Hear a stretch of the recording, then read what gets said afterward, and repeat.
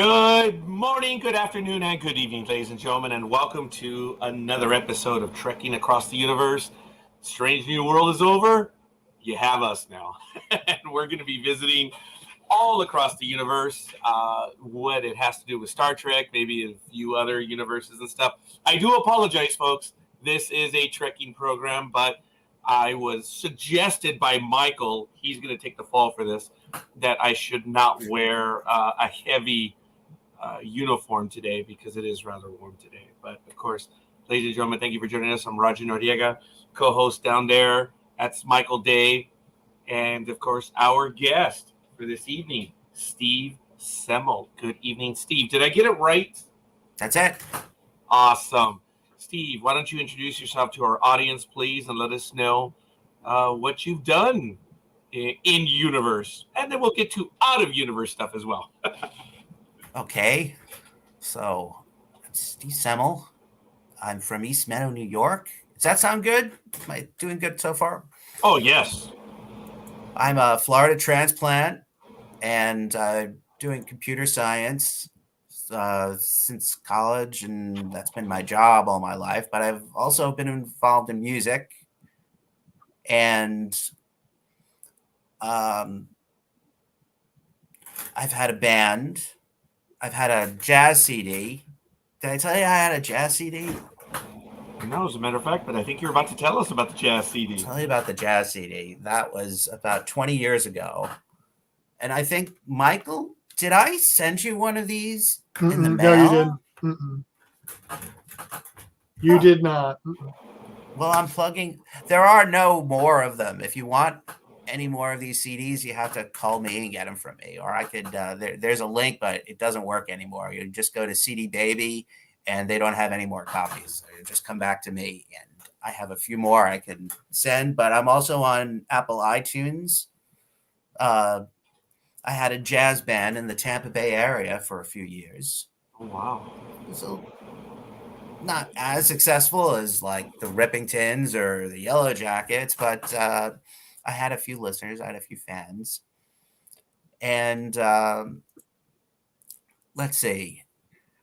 I've never done classical music of any sorts before. I didn't even know if it was possible or thought I'd ever do any kind of classical music in my life. And let's see. You want me to start telling you about how I got involved in Starship Farragut? Well, as a matter of fact, we can. Michael, why don't you give us a quick background on Starship Farragut for those that are unfamiliar, and then we can get right to Steve as well. Oh, and forgive me, Michael.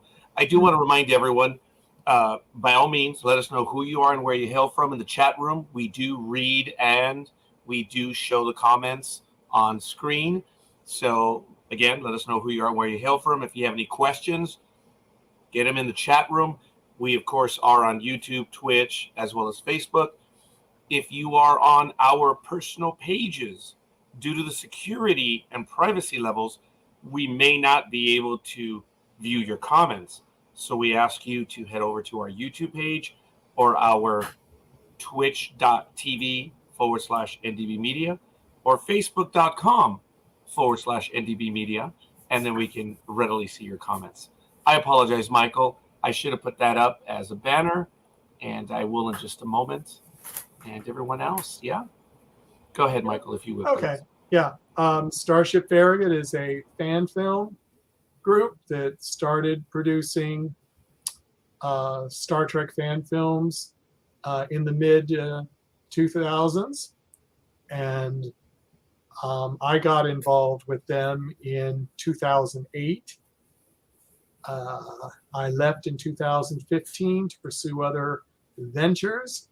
And I think that is about when Steve came in, is right after, but about 2015, 2016, or was it a little bit after that? 2019 or 2018. Was it that? Was it 19? It was very late. I had no idea what a Star Trek fan film was until 2018. Oh, okay. I'll get to that. You can finish up. Yeah, I'll finish up. Yeah, so your part. Starship Farragut started out in the DC area. They originally, when they had shipboard scenes, they were filming up in New York. on the sets up there. In 2008, 2009, they started building some sets in St. Mary's, Georgia. And a year or two later, we lost our lease and we had to move. So we ended up going into a larger building, which meant we needed to build more sets. And because of that, we built sets, made more movies. Roger's getting attacked. It's gone. Sorry. I apologize. Continue, Michael. We did Farragut Fest, which was one of the first open studios that anybody did in the fan film genre, and we were very proud of that. We did 3 Farragut Fests in our new studio, and then we ended up moving on from the sets there. And right now, some of the people that were involved in Starship Farragut have moved on to Farragut Forward, which is a new production company that is going to do Star Trek based in the movie era, and they're getting ready to film their first episode. But Steve came in on the last episode of Starship Farragut, obviously right near the end of it when it was still in post-production for a while, and he made it happen. I'll let him talk from there. Once again, Steve, thank you. And take us down that history and we can really get into the episode and your involvement in it. Okay. So I've got to take it all the way back to high school years. And 1984, I met. So, Michael, you were involved in Star Trek Continues, right? Uh-huh. So the first few episodes, yeah. Oh, the first few episodes. Yeah. Okay. So yeah, the little episodes. After the first few episodes, they brought in their new music guy, Andy Farber, who orchestrated all the scores. I think the fourth or fifth episode going forward. So back in 1984, I and a buddy named Ricky Batari, we met Andy Farber on the train going into New York City. We lived on Long Island, and Andy and I were the whiz kid saxophone players in the high school band era. So I met Andy on the train, and we've been kind of friends since. Through the magic of Facebook, which I joined in 2009, we got to reconnect with people. So I'm reconnected with Andy now. And in 2018, I still didn't know anything about Star Trek fan films. In fact, when I got on Facebook in 2009 and all these different groups and stuff like that you subscribe to, I didn't like Star Trek back then in 2009. I was getting over all the movie reboots, and I thought Star Trek The Next Generation was horrible. And Deep Space Nine was a little better. And Voyager was awful, was terrible. I hated that show. And I just kept losing my interest in Star Trek to the point where Facebook is here. I got all these groups. Do we want to be in the Star Trek groups? No, I'm not going to do it. I joined the Space 1999 groups. So I have no idea any of the communication or messages or posts about Star Trek until I discover Star Trek Continues from Andy Farber, that he had started doing the music to the Star Trek Continues episodes. And I thought it was great. A tremendous undertaking that he had gotten one of anyway, Andy's background was in, he's a professor at Juilliard. He's like one of the most serious musicians and professionals you can possibly find in the industry nowadays. Andy, are you here listening? I hope you are. Hopefully, that would be nice. So,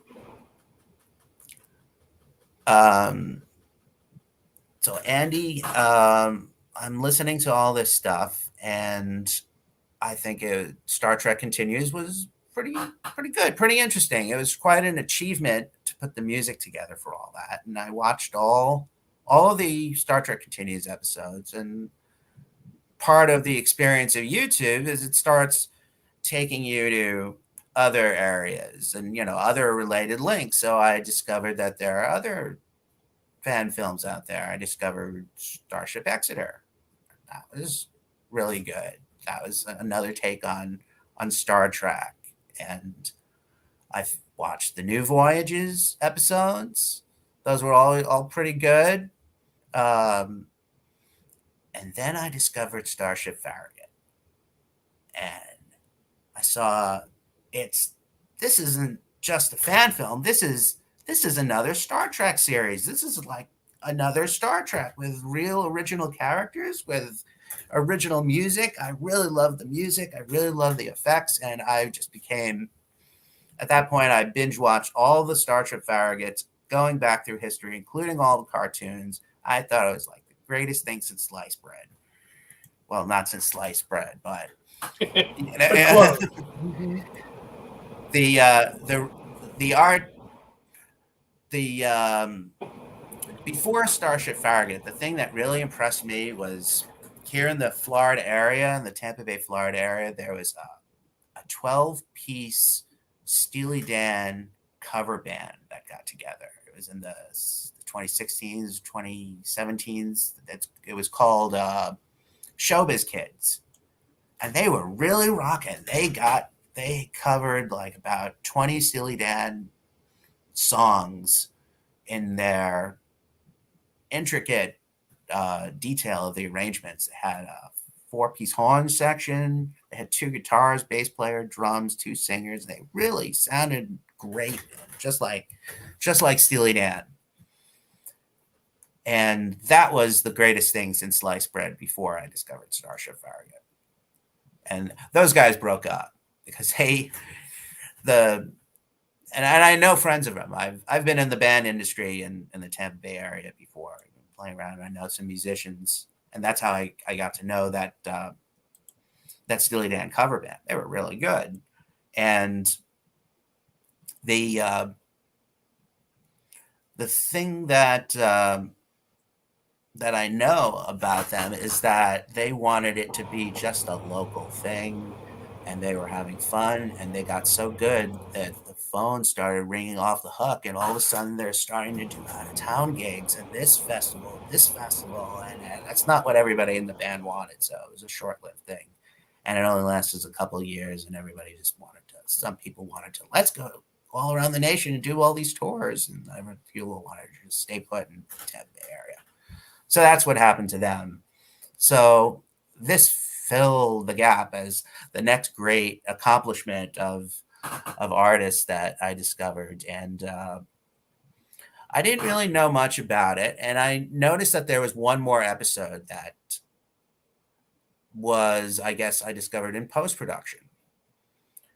And at some point, the studio in Kingsland had their first open house since the new ownership. It was October of 2018, the first open house of the new studio with Ray owning it.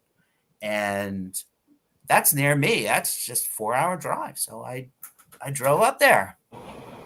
And I met Michael there were you okay there? Oh, yeah, sorry. Easy on that light, Bo. Sorry about that. Ah. I know. I blind everyone. I apologize. As I was watching the Farragut episodes,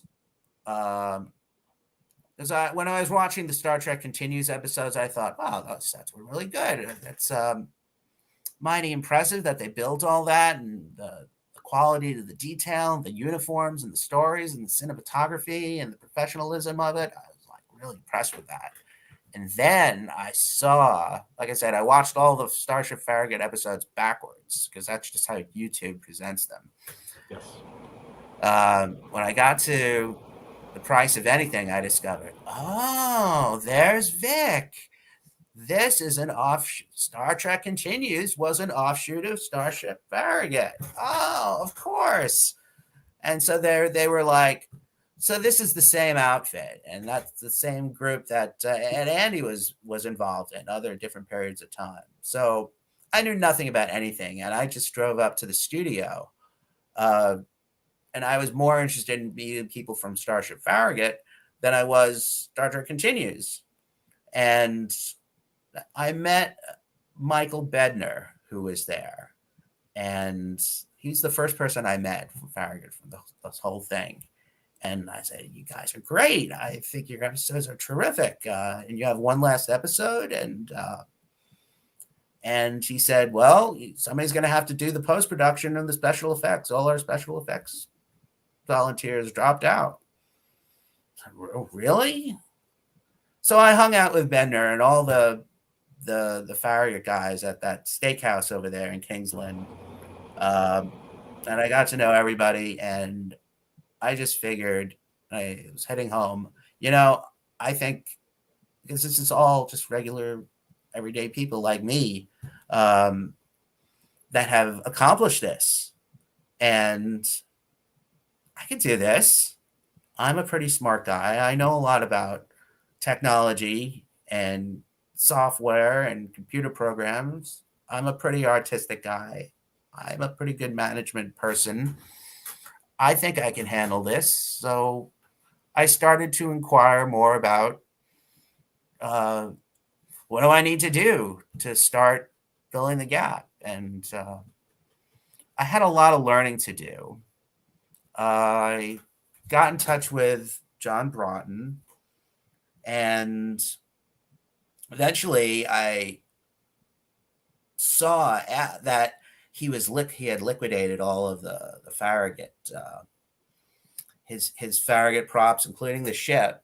So I texted him on Facebook.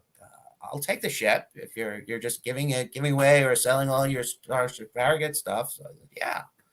So I suggested, I live in Florida. I'll fly up and rent a car and drive down, so I'm not having to ship the ship.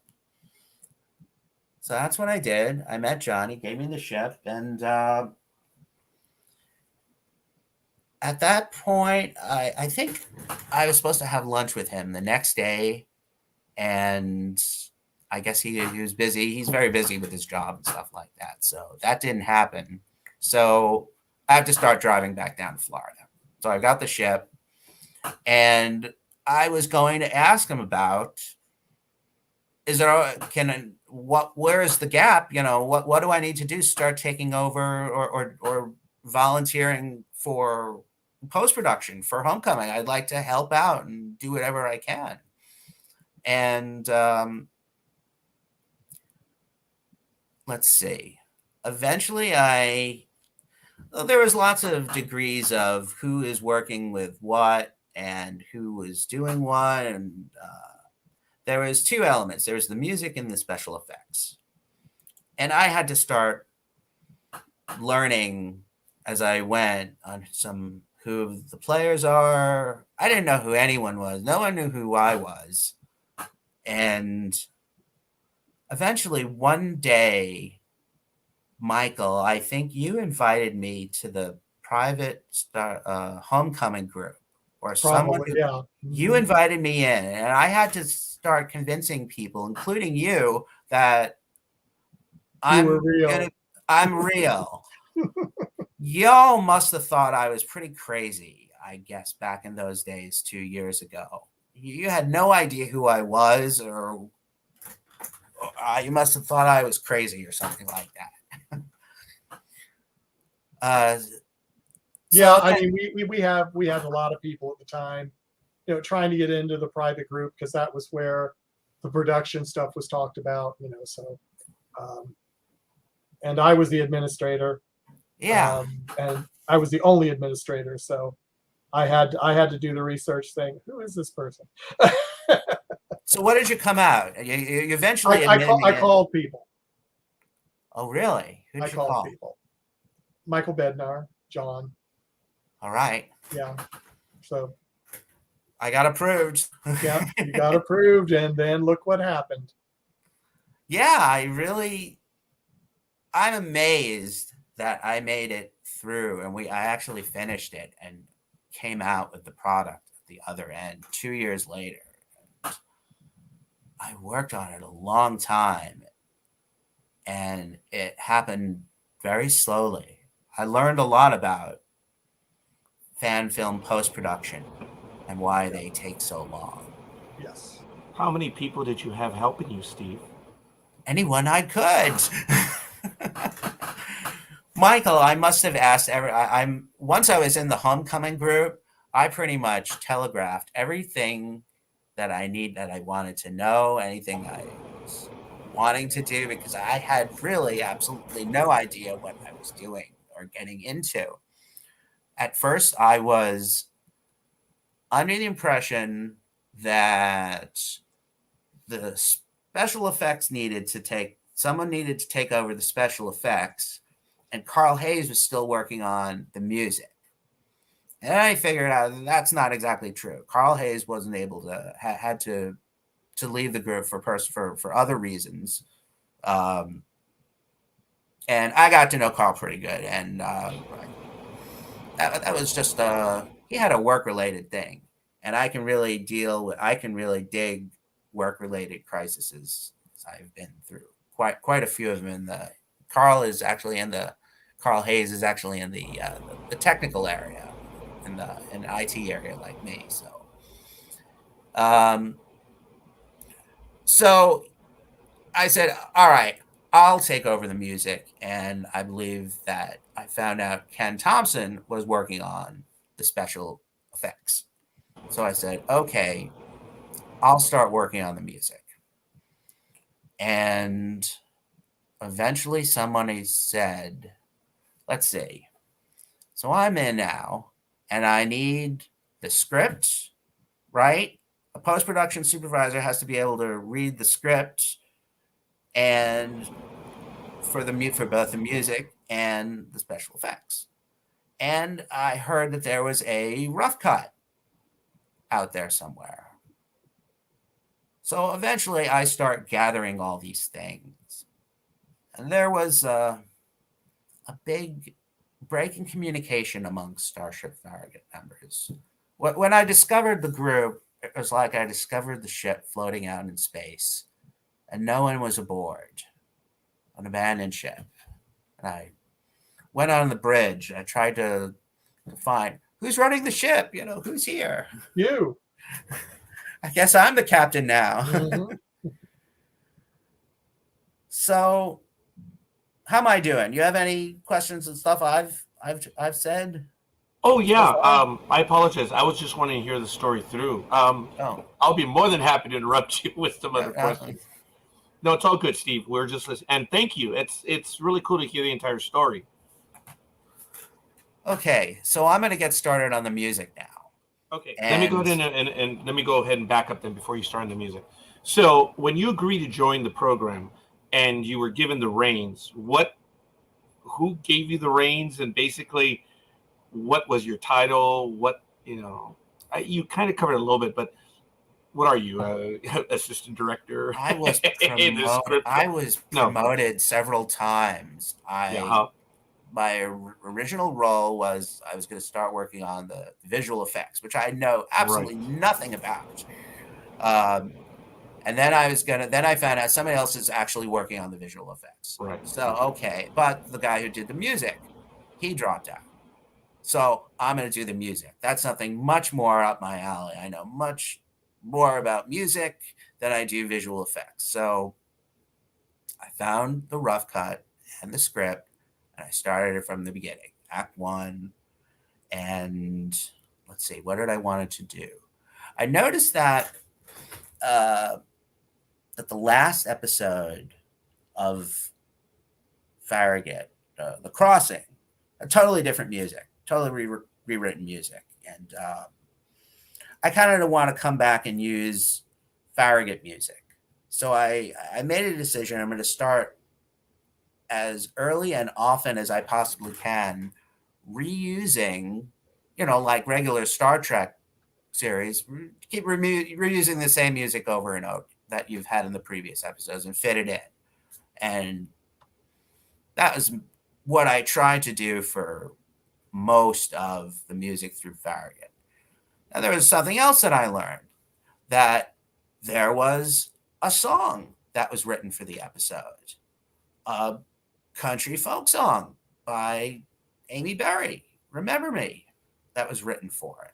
So that is going to make my job a little bit easier, right? Has anyone commented, or does anyone like the session? Yeah. we have We haven't have posted people in watching, here. but we don't have any comments yet. That's why we're inviting everyone, folks. Please. Yeah. Sometimes it takes them a little while to get going. Okay.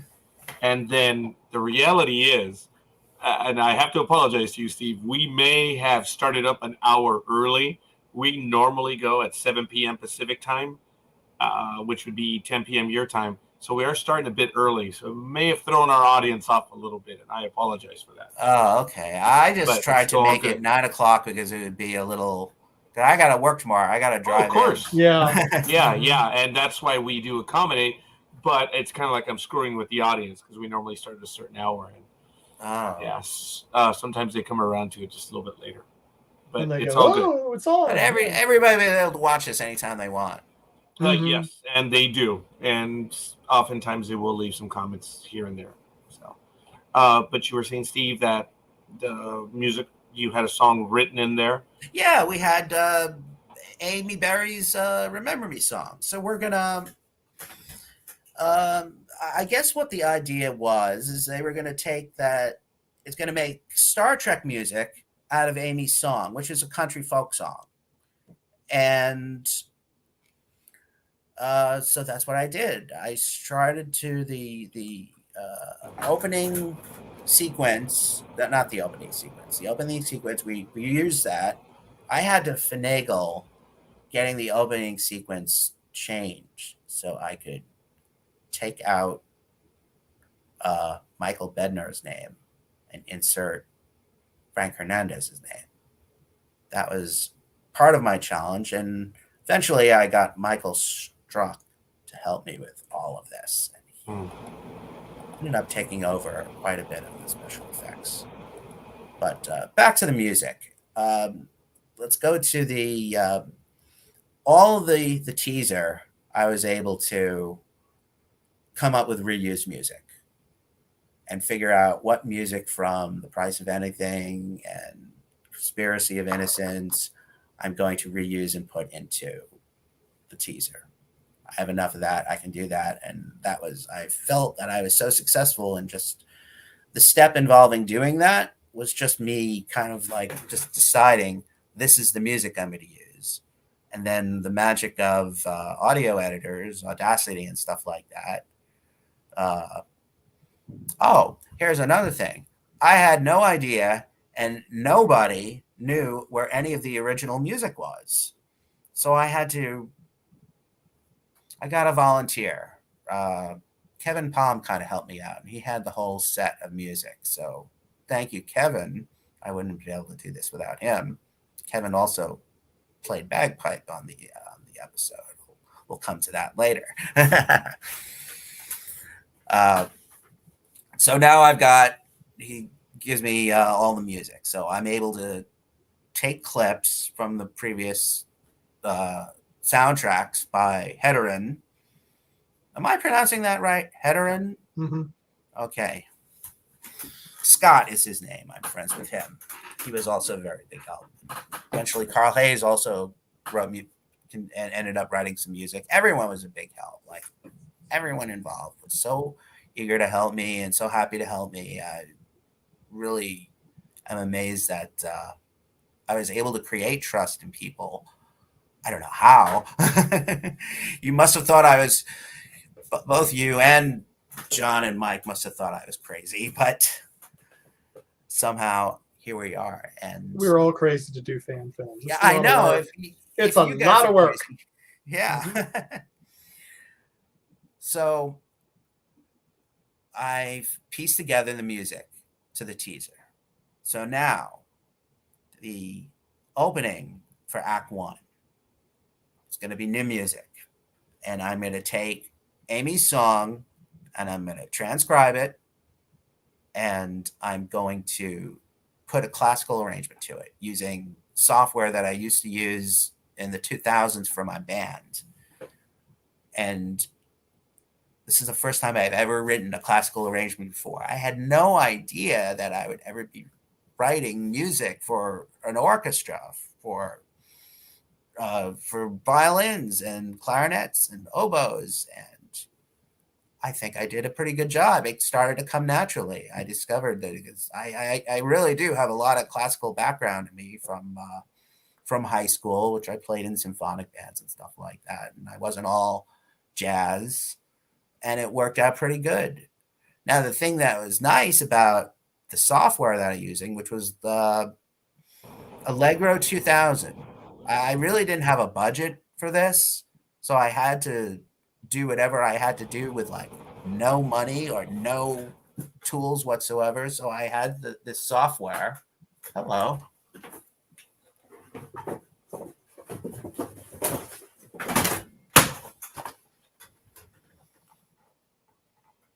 Okay. Allegro. I had to relearn how to use this because it was 20 years since I started writing arrangements and scoring music. Yeah. But eventually I did it. And at the end, I listened to the final product, the orchestral arrangement of Amy's. And I think I must have shared it on the Farragut Homecoming bulletin board because I try to keep everybody in the cast on Homecoming knowing what I'm doing, because I have no idea if what I'm doing is good or not, it's crap, or if I know what I'm doing. I've never done anything like this before. And I guess I heard really nothing from anybody. So I sent it to Amy Berry. I said, "Is this okay? I've taken your song and made it a classical piece." And I guess she was okay with it. She's like, "You've taken the beat out of it." I was like, well, yeah, it's a classical piece now. I have to make this space music. And then because the opening scene had him coming into the planet on the shuttlecraft, landing, getting out in the meadow and walking through to his mom's house. So I had to do a transition of that. I had to make it from space music, going through the stars with the shuttlecraft, transitioning to walking through a meadow. And I just had to come out with how that would sound in my head using the melody of Amy's song. And it's just something that I had no idea how to do it, but I just went ahead and I just did it. And it came out and I listened to it and I was amazed. And I guess I just continued to go through the rough cut. Oh, and so I had to make some changes to the order of the rough cut. There was several months where I was back and forth with Jay Pennington, where we discovered that the storyline was out of sequence and we had to change it.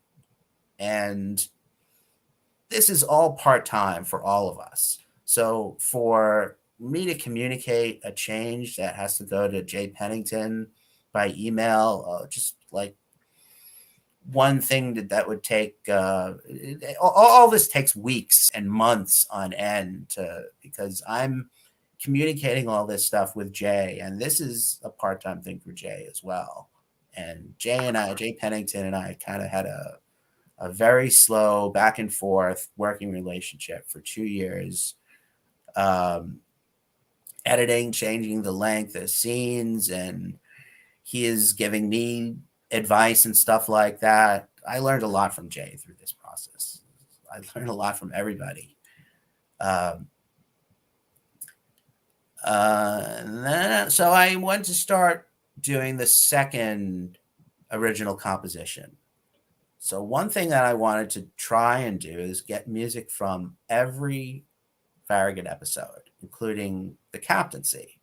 So there is a piece in the captaincy that I really liked. It wasn't the original episode. It was the Act 1 opening music. It's a very it's called "Welcome Aboard, Captain." It was pre-Hedderin. It was from John. What was the guy's? It was the original music writer, John something. I honestly can't remember because that was before my time there. So. Oh, really? Okay. Well, I'm looking that up right now. I'm going to the captaincy. Let's go and get that information. I forgot his last name. Oh my God. Well, anyway, I really like that piece, so I wanted to incorporate it into, I guess, the transporter scene with Dr. Banning. It was called "Welcome Aboard, Dr. Banning." I redid it. Music by, was it John? Ben. Yeah, there it is. Thank you. Yeah, I reused his piece and I rewrote it around to make it a little bit more comedic, and that was another. Every time I came up with a scene I came up with the music for a scene, it was just like a big event, like this big college project that I just turned in. And I just kept amazing myself every time I came up with a new classical composition. And I said, I can't believe I'm doing this. I can't believe I'm filling in music. I'm putting pieces together. I had to arrange. So remember I said that I had no budget. I meant that. I mean, I had absolutely no budget, and there was absolutely no budget in this. Which means no money, not Farragut. unlimited. Right. So make that clear to people. Yeah. So my dealings with Michael Struck in Portland, Oregon, I got him interested in coming back and doing this for us. And he needed he needed to pay for license for the software for the Adobe Photoshop 3D suite, which is how he bases all this. All the effects that he comes up with is based on that package. I hope I'm getting it kind of right. Mike, if you're out there listening and you want to chime in with the folks here, you've done that. He's done that before. Mike has come out on like one conversation with you. He did within the last 6 months, I believe. Right.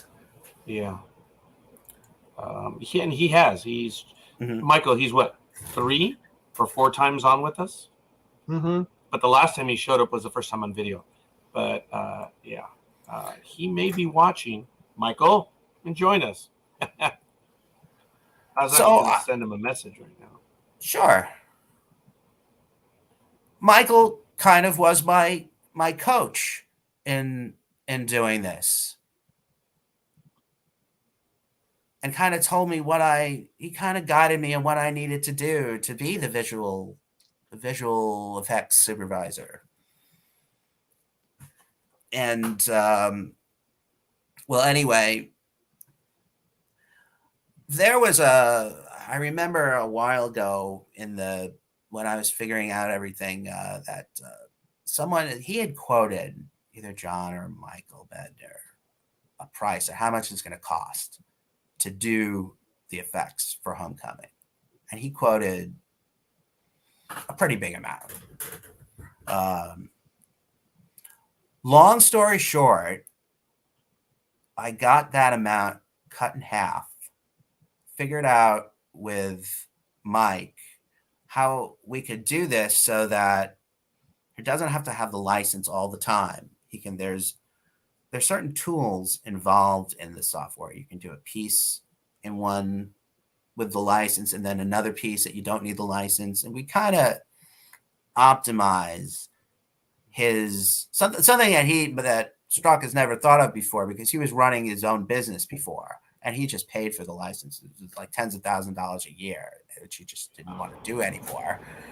So we have to now, again, do this on a budget. And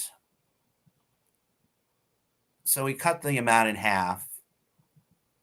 There's no budget left from whatever the original the fundraiser was. So I had to come up with some money to pay for the licenses. And I was fortunate. I had a lot of people in the cast who donated a little bit more. It was not a popular thing for a lot of the cast and crew. I got some bad feedback. What happened to all the money we originally invested way back in 2015 and 2016? But that's really the job of a producer, is to pay for the thing. So I really got a good exposure to that, and a workload for him over many, many months' time and back and forth. Was able to get Mike did all the special effects for us. And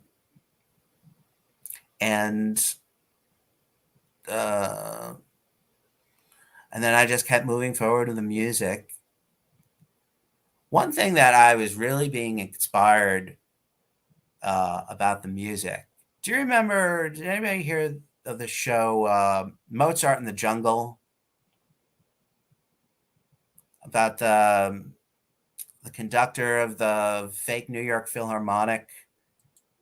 If you've never heard of the show, then I guess No. It was a comedy about sleeping around and drug use and sex in the New York Classical Orchestra, and the new conductor who's banging one of the oboe players and stuff like that. It really got me inspired, because I was really, hey, I'm a graduate of East Meadow High School too. Michael. I'm a graduate of East Meadow High School too. No, I'm Steve. Maggie Sisti. Maggie, what year did you graduate? I graduated in 1985. I think she saw Michael's name right there and just came. Oh. Maggie, yeah. thank you for the like. And yeah, you have a question right there, Maggie. So, but yes, go ahead, Steve. Okay. Let's see. Where were I? What was I last talking about? Well, besides Mozart in the Jungle, you mean There it Mozart in was, the yes. Jungle, yeah. I apologize. So, I was really just associating the episodes to putting the score together for this show. I was taking people's name in the cast and putting their names on the tracks for the audio recording for me. And eventually I got the baton over here. Oh. And I can tell you that it really helps if I'm listening to a piece and I'm trying to figure out what to do, make this part louder, make it faster to fit in the scene. I spend hours in front of this computer with the arrangement and moving things around, and it really helps to conduct the scene. It really puts you in the mood. But I really would have liked to have done what Andy did. And I kind of did. I kind of made a few attempts at saying, okay, I can just write the arrangements and then print out charts, and then we'll get an orchestra together and actually record the music. And I had a few people helping me with that. The Duff brothers, the Duffs, the twins,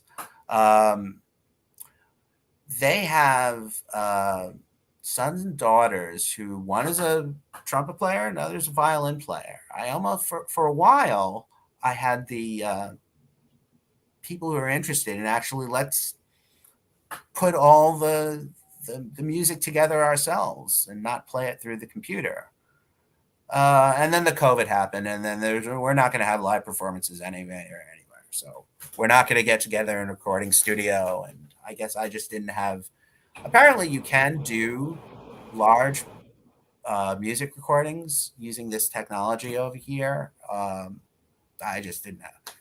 I just didn't have the professional version, and as you know, I had no budget. Yeah. Yeah, COVID made just everything difficult. As a matter of fact, it's making things difficult out here on the West Coast again.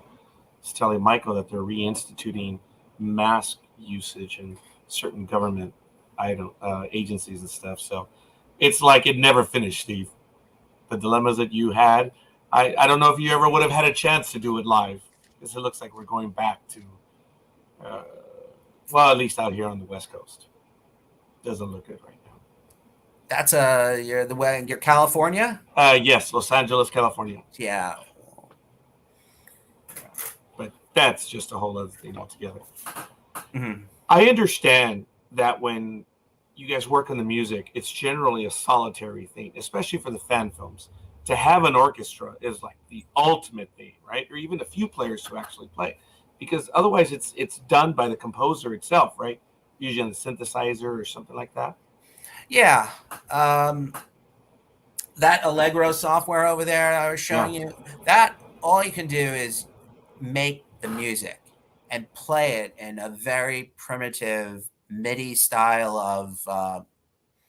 of sound, which really didn't sound, it sounds like it's electronic music. So I got involved with my friend TJ Glowacki, who helped produce my album 20 years ago. And he has the whole Apple setup with Pro Tools and Logic Pro.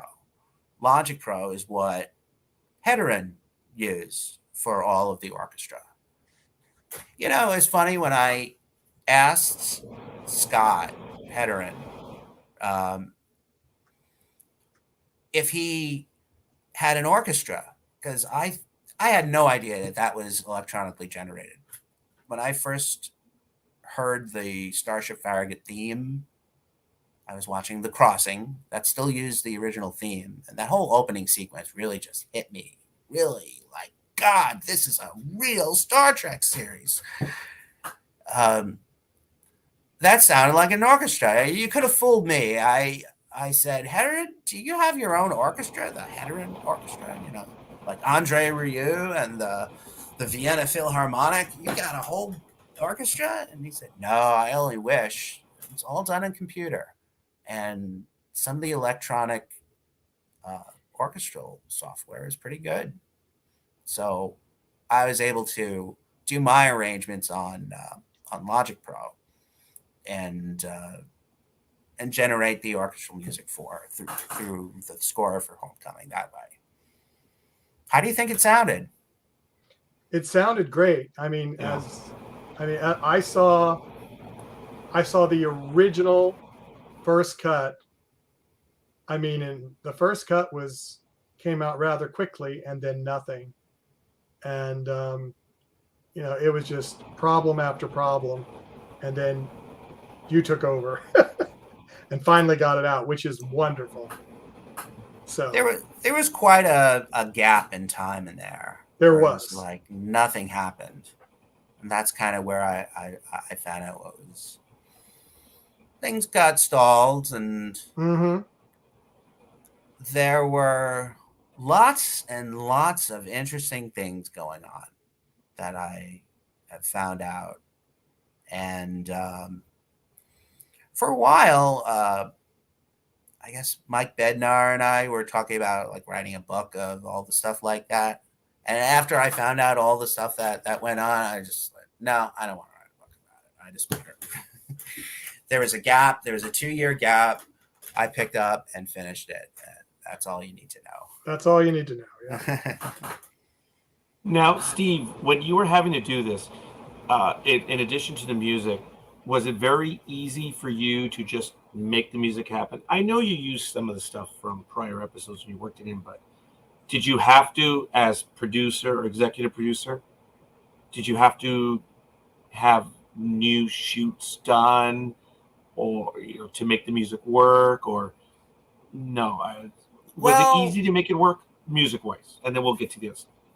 I was working on John with a reshoot of one scene that we've changed our mind at the end. We didn't need to do. It was when he was getting out of the shuttlecraft. They reshot that a few times, and I kind of added on my own the scene where the shuttlecraft lands. So Okay. I was pretty much advised by multiple people that, you stuck that scene in that wasn't in the script. So that kind of cancels out the need for the shuttlecraft exit scene. We know the shuttlecraft landed. We know he's walking out, so we don't need to do the reshoot. Problem solved. Cutting stuff out. That one worked. I want to give a quick shout out. We have several likes now. As a matter of fact, Maggie, the original one, Randy Landers, thank you. Also on my personal page, so it doesn't show up on the main page, Kevin Schwab, thank you. I think he's from down south. He, some years ago, wanted to get his own program going, but unfortunately it didn't come to pass. I thought it was a creative idea. We're going to do, I think he's a paramedic in real life, and they wanted to do like a mercy ship, something like that, in the Star Trek universe. It's a shame they were never able to get it go. But Kevin, thank you for the like. A medical ship kind of series. Yes, that I thought that would have been cool. And I wish we could do more episodes with Potemkin Pictures hospital ship too, but we moved. Yeah. We're working on it. Yeah. I'm actually responding to a few people, and I'm trying to bring them over here because they're on my personal page. I'm like, guys, come on over, please. We're also on the Facebook page of NDB Media. It's the easiest one, folks. We're on Twitch on the ticker down at the bottom, and of course, facebook.com/NDB Media. So.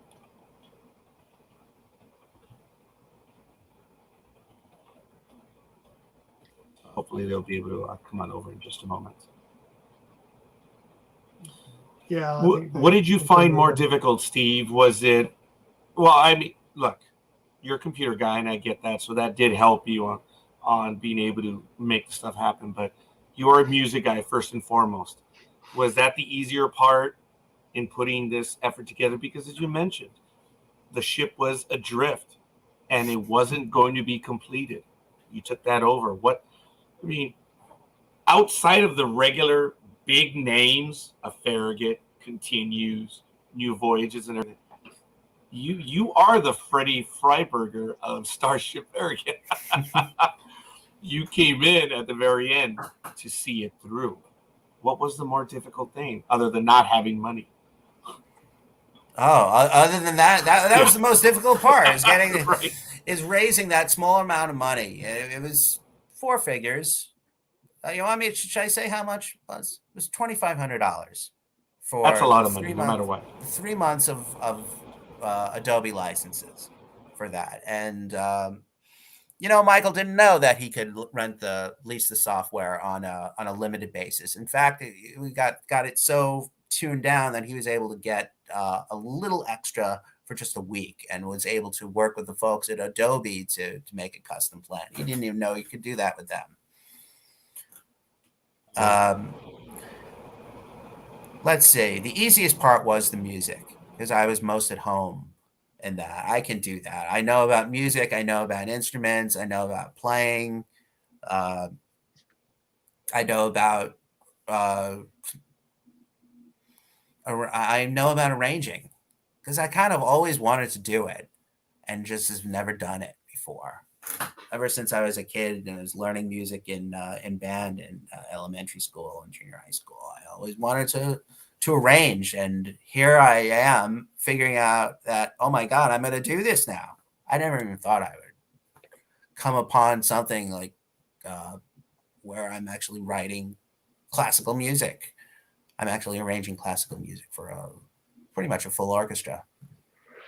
And everything involved in the full orchestra. There's so much detail in the harp and the timpani drums and the percussion section that you hear as part of Star Trek music, that just and it's not complicated. I learned a lot from Andy Farber about Star Trek music, who sort of also coached me. Everybody sort of coached me and gave me their 2 cents of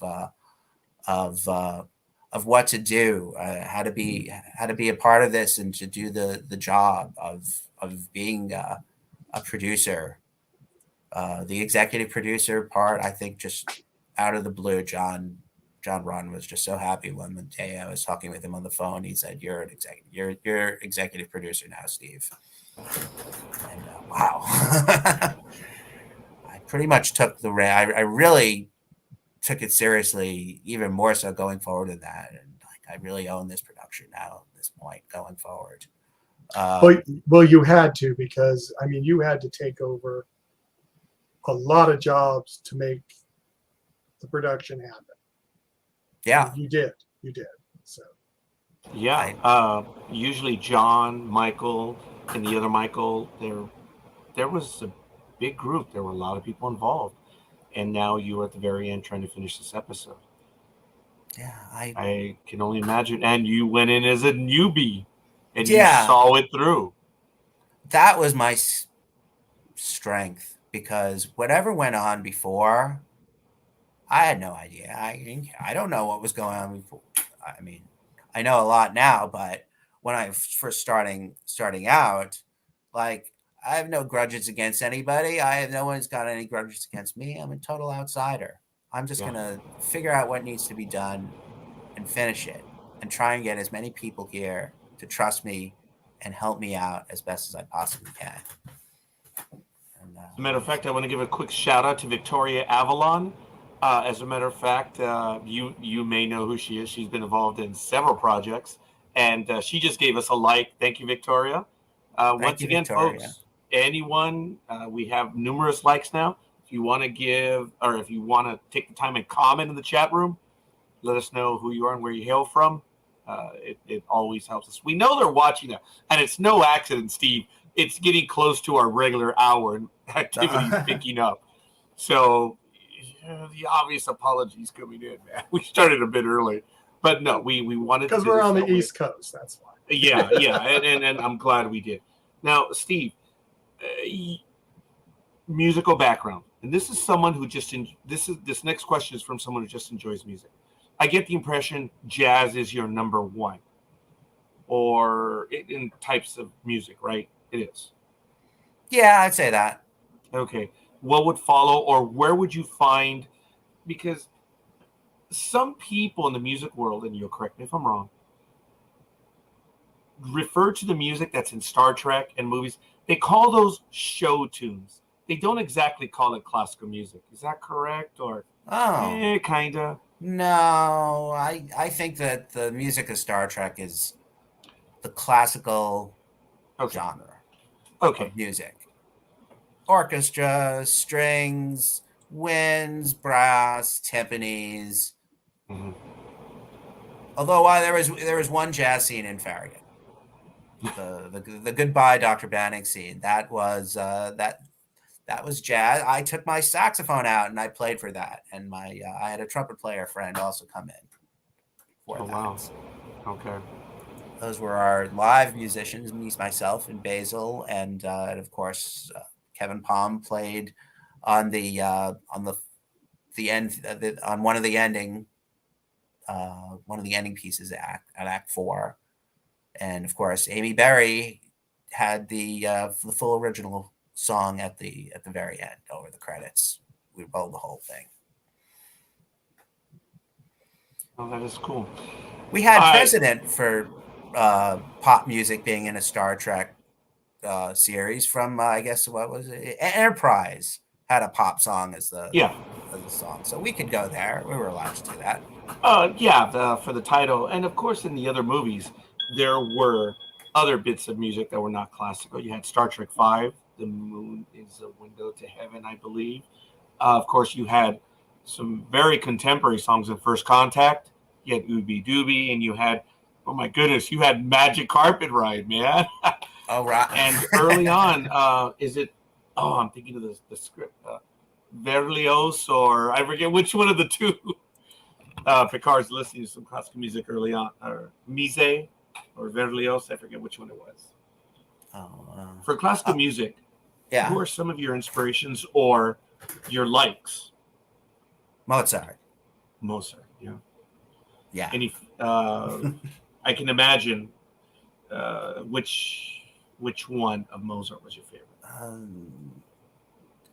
I've never really been asked that question before. What is your favorite classical piece? I like the really out stuff of the 20th century, the early 20th century, like Mahler.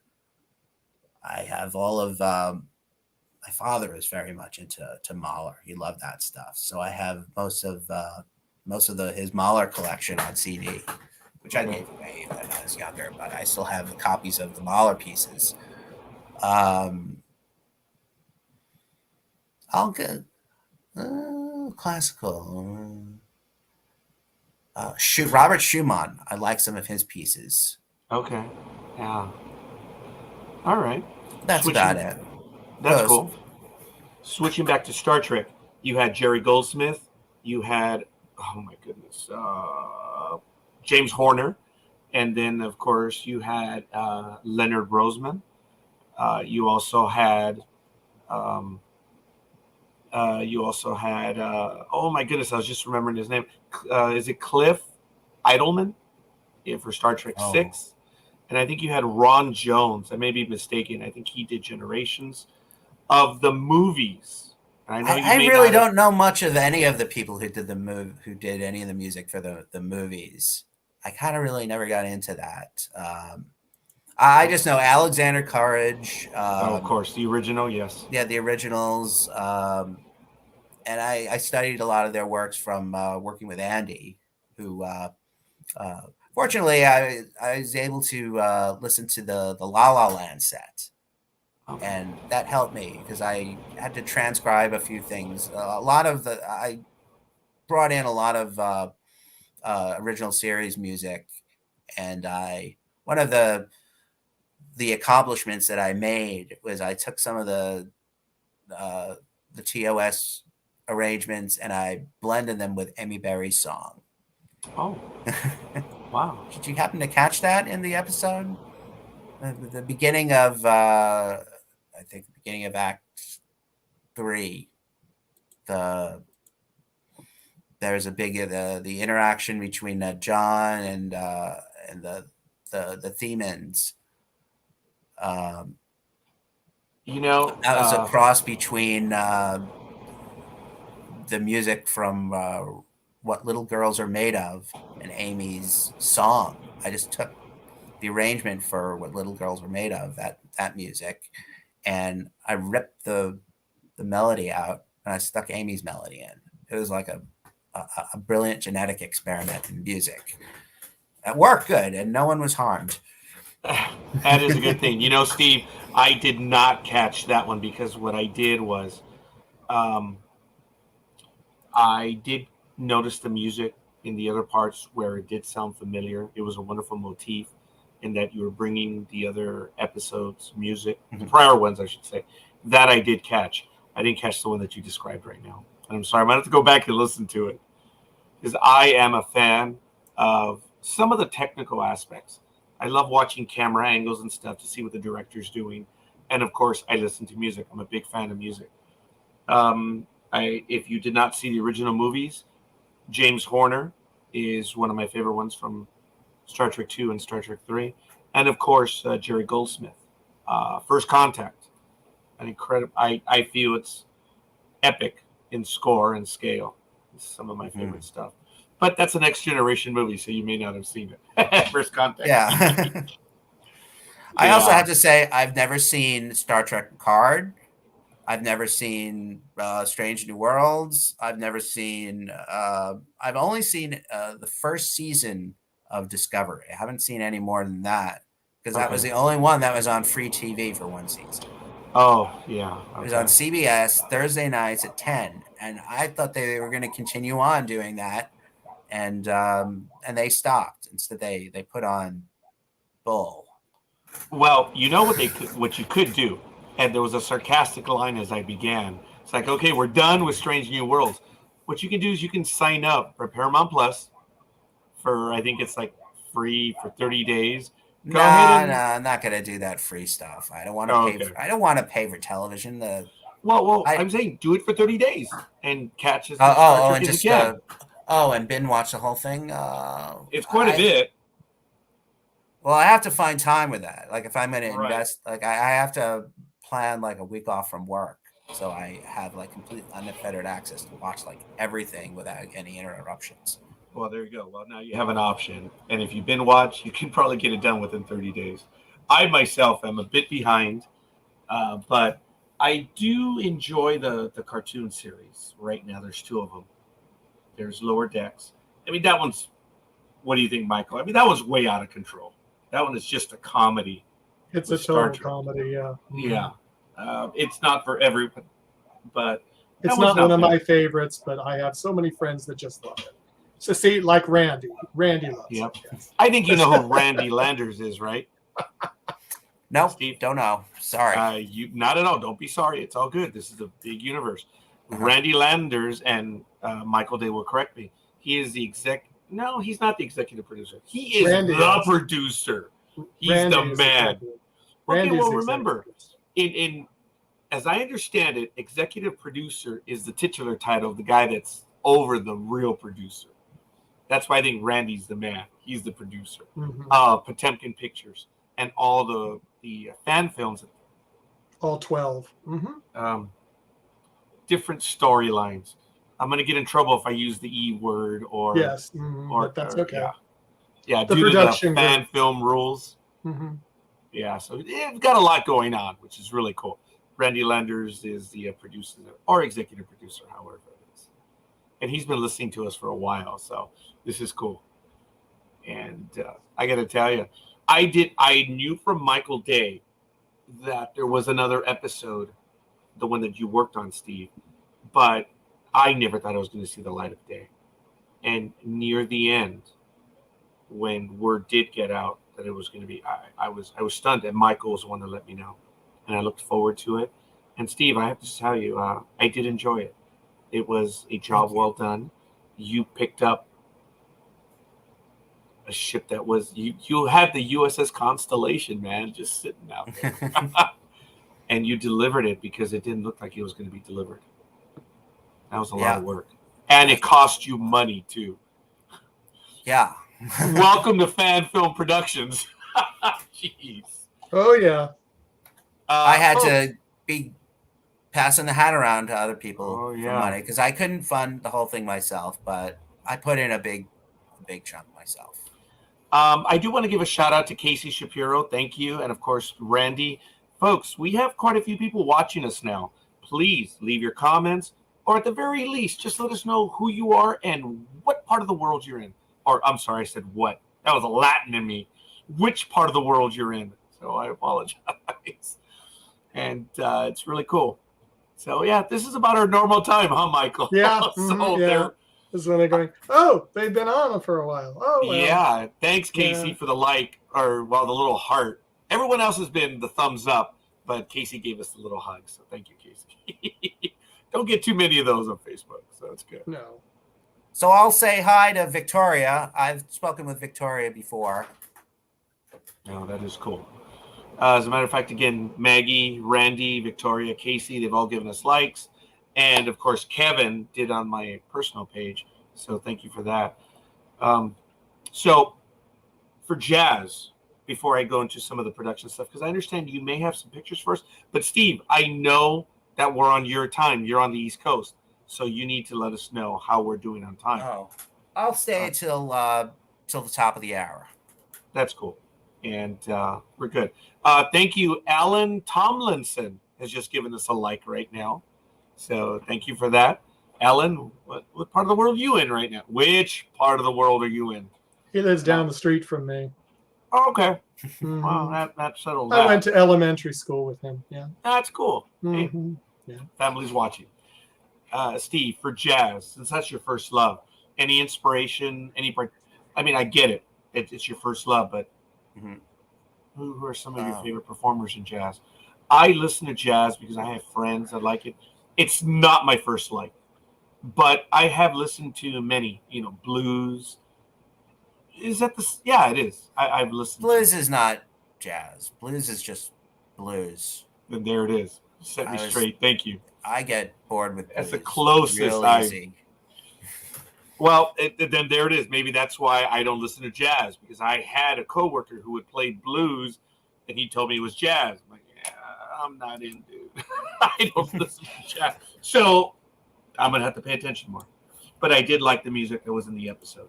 Steve, it was subtle. It didn't stand out. It was almost Rick Berman-esque music.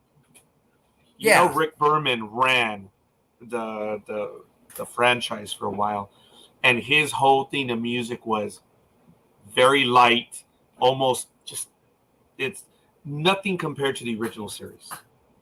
And in a few episodes of DS9, they did let the composers loose for the battle scenes and stuff like that, but it was very rare. It was always very light, the music. It's just something that I've read, and George Lucas loved music. Rick Berman did not. That's the impression I get. There are pieces of the work, the movie that should have no music. That should be nothing. And the things that I know from arranging and scoring, and which is not scoring, I know absolutely nothing, but just from what I know in music is vary it. Don't keep it at the same level, and don't have it all the same. Turn it on, turn it off. Dynamics is very important. Loud and soft. There was some of it was really easy, especially the rule of thumb that I went by was anything that had anything involving the lead, the jack, and the theme character, anything on the planet that wasn't on the ship, getting repairs, was going to get the Amy music. Anything else was going to get any kind of Farragut music that I could reuse. And sometimes I just went through the entire music collection of Farragut. I went through the old episodes and I tried to find a piece that fit over a scene.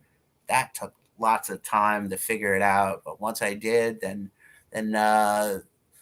doing all the timing, because a lot of the music is a certain amount of time. I have to get it exactly right. Sometimes it's not long enough and I can fudge it. I can take a little piece of it and repeat it a few times to make it a little longer or appropriate. I have a sound editor. I'm pretty good at that. I've done it before. So it was a puzzle, putting pieces of a puzzle together. Some I already have, some pieces I don't have, and I have to make or get or figure out somehow how to fill in something at every spot that needs it, and some spots you don't. How much supervision did you get from John, or did you have carte blanche? I did. Let's see.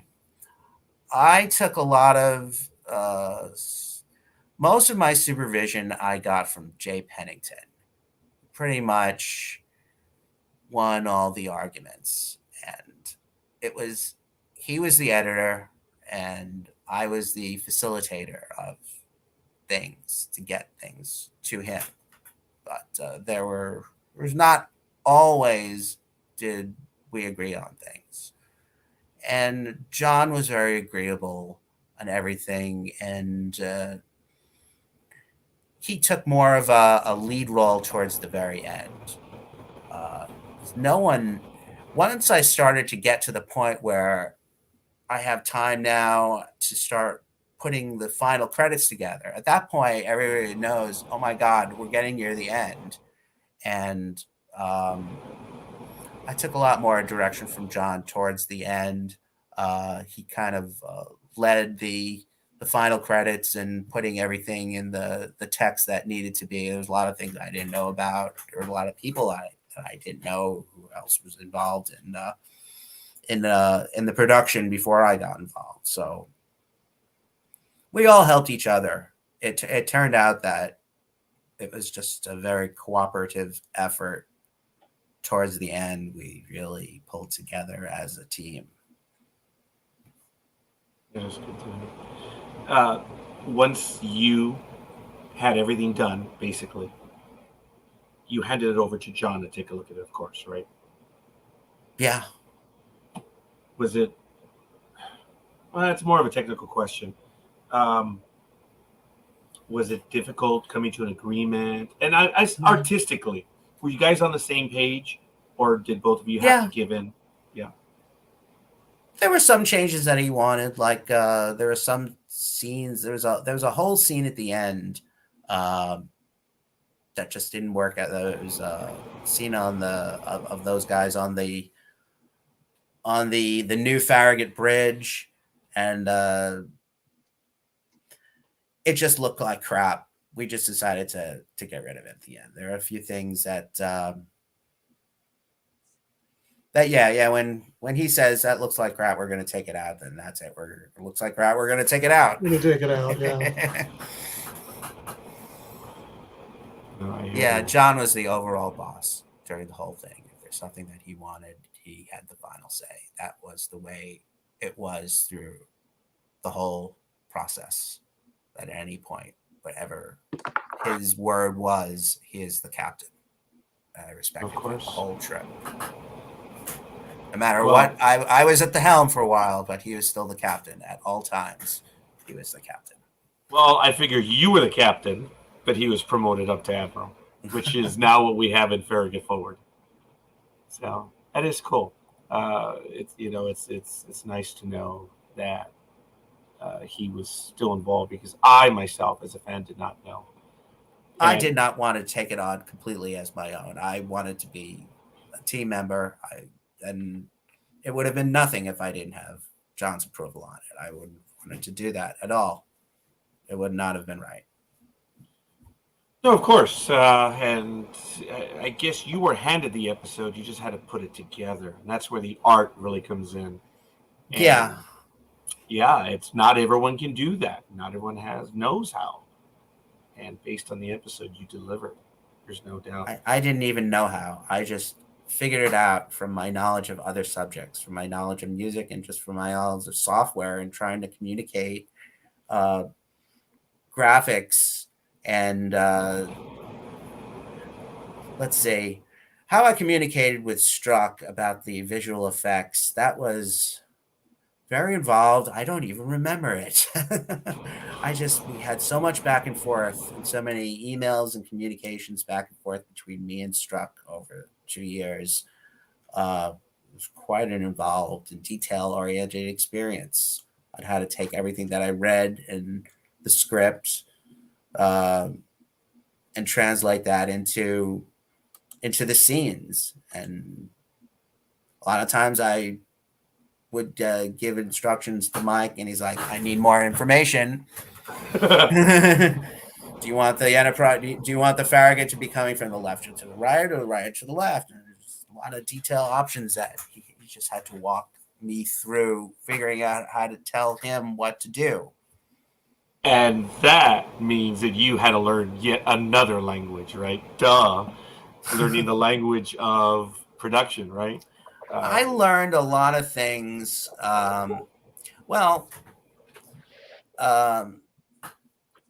Ken introduced me to, like, when I first started, I wanted to learn, just show me the freest software you can have.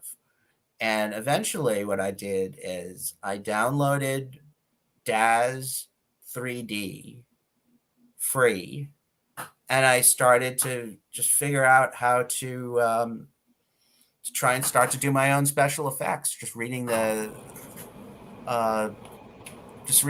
online manuals, and there were some instruction videos by a guy named, does this name sound familiar? James J. Verse Lewis.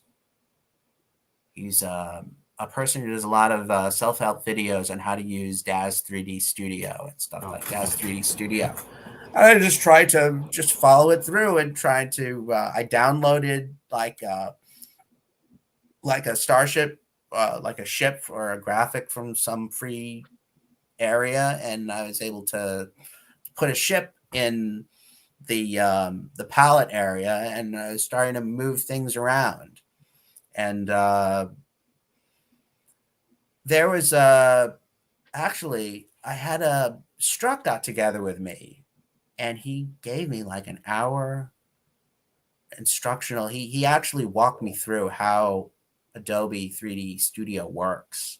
And from my knowledge of doing the DAZ 3D instructions, the software suites were kind of the same. I had the concepts I had learned, and what he was showing me, I had been through before. I actually been screwing around with that kind of software, so it was kind of familiar. And the artistic aspects of putting the objects in there and moving them around and putting the lighting in place and having all the things on the ship that you turn the lights on or spin the fronts of the nacelles are just fascinating. And how involved it all is, and how time consuming it is to manipulate this and come up with all these sequences. Even no matter how many tools you have to help you, there's still a time consuming method involved in doing all the special effects, and you really have to be very experienced with it. That's where Struck really helped out in all of this.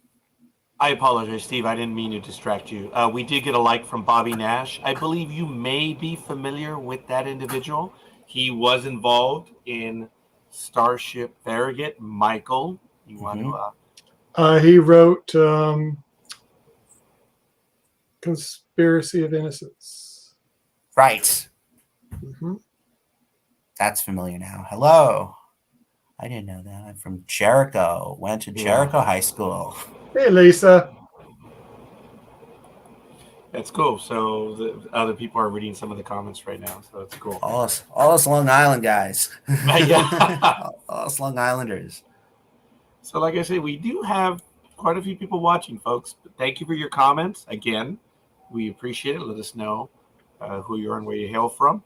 Of course, we have Steve Semmel right here, who took on many hats to complete the Starship, the original run to Starship Farragut. That is really neat, Steve. It was a wonderful series. I found it, I believe it was either in late 2007 or 2008.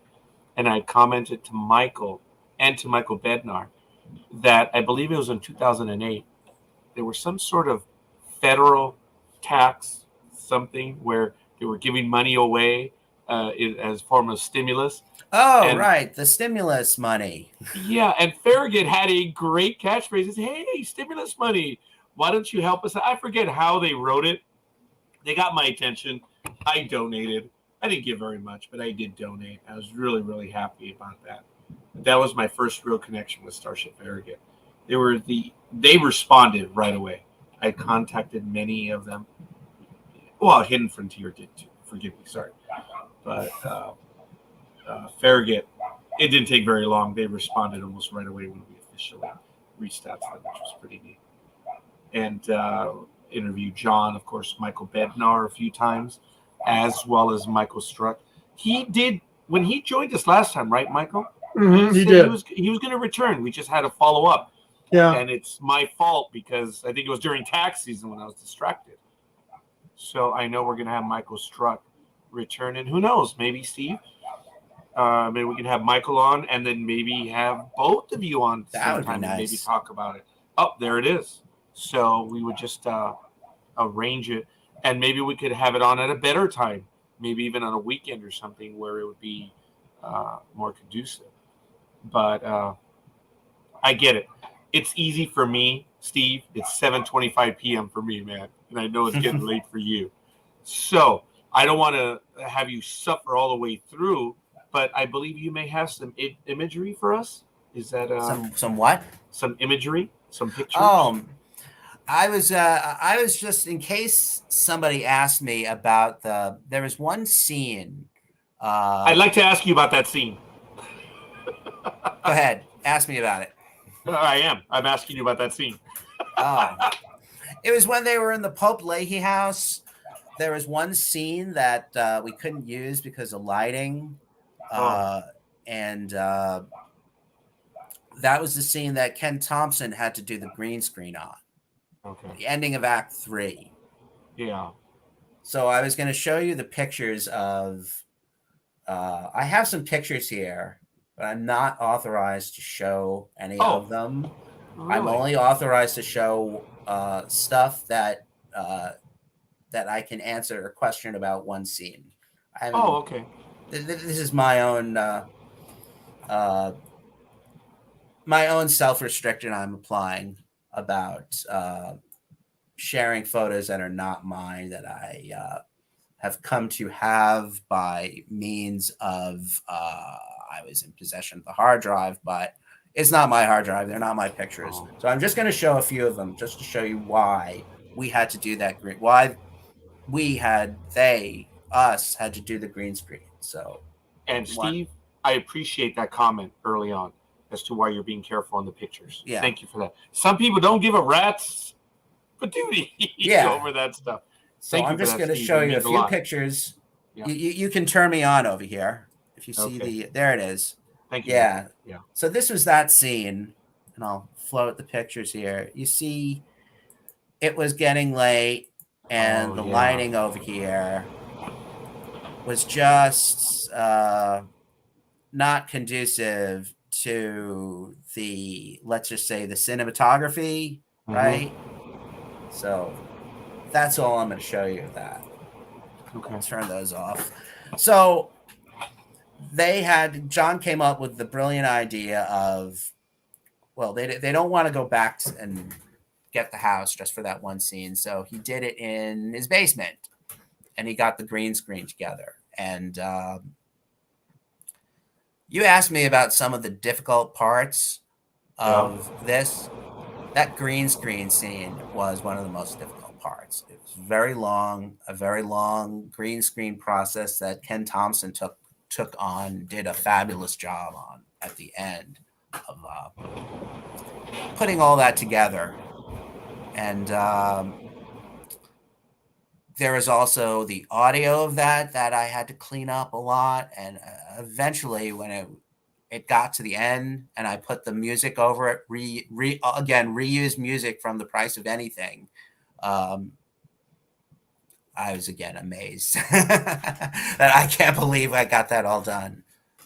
We had to have somebody go back to the house and take pictures and make sure that the pictures were the same angle as Ken Thompson needed them based on the scenes. It was such an involved work, and all the back and forth and stuff like that.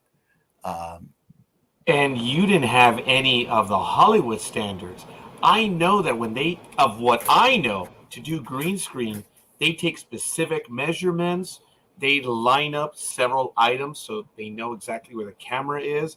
Darn, you didn't have any of that stuff, did you? It was just hacked together. Yeah. They just came up with an idea. It's like, we're not going to get back into the house. We need this one more scene that we have to reshoot. So they just did it they just punted. And someone will insert the still pictures in the green screen later. Randy, of course, says they're easy in concept and challenging in reality, which, of course, you know. Yeah, I learned a lot about it. I learned a lot that when you do green screen, you need to pull the green screen tight because all the ripples in the green screen show up and screw everything up. Oh, so you really do stretch it, basically, right? You're supposed to stretch it, yeah. I mean, a lot of the problems with green screen footage is that you have ripples in the green screen, and the video really up. Oh wow. That'll mess it up. See, understanding, I'm like, oh wow, yeah, but I can imagine how frustrating it would be. It's difficult because you have to manually fix that, like in some instances frame by frame. And there was a lot of this that Ken had to do frame by frame and piece together, especially if there was some pieces of Rose's hair. When you have funky hair that's like sticking out like this and stuff like that, that really will mess up the green screen also. But it was something that was, it was a punt. It wasn't designed to be a green screen scene. It was just like an emergency measure to try and piece together, salvage something, and it worked. We got it to work. It was done. It was done 2 years before I even got here. Right. And I had to figure out how it happened, why it happened, what needs, all the stuff involved, going through all the history, and I just had to, Steve, fix it. Steve, I've seen enough of the fan programs, and I did detect that, and it didn't take away. I apologize. It didn't take away from the story, and it still worked, if I may humbly offer. I didn't think it ruined an episode. It was difficult to make that scene happen. You showed us the video, the lighting was off, and you had to do green screen because it was 2 years, 3 years after the fact to make it happen. People age, they change. I could tell that was not the same John, and that's not a shot against John.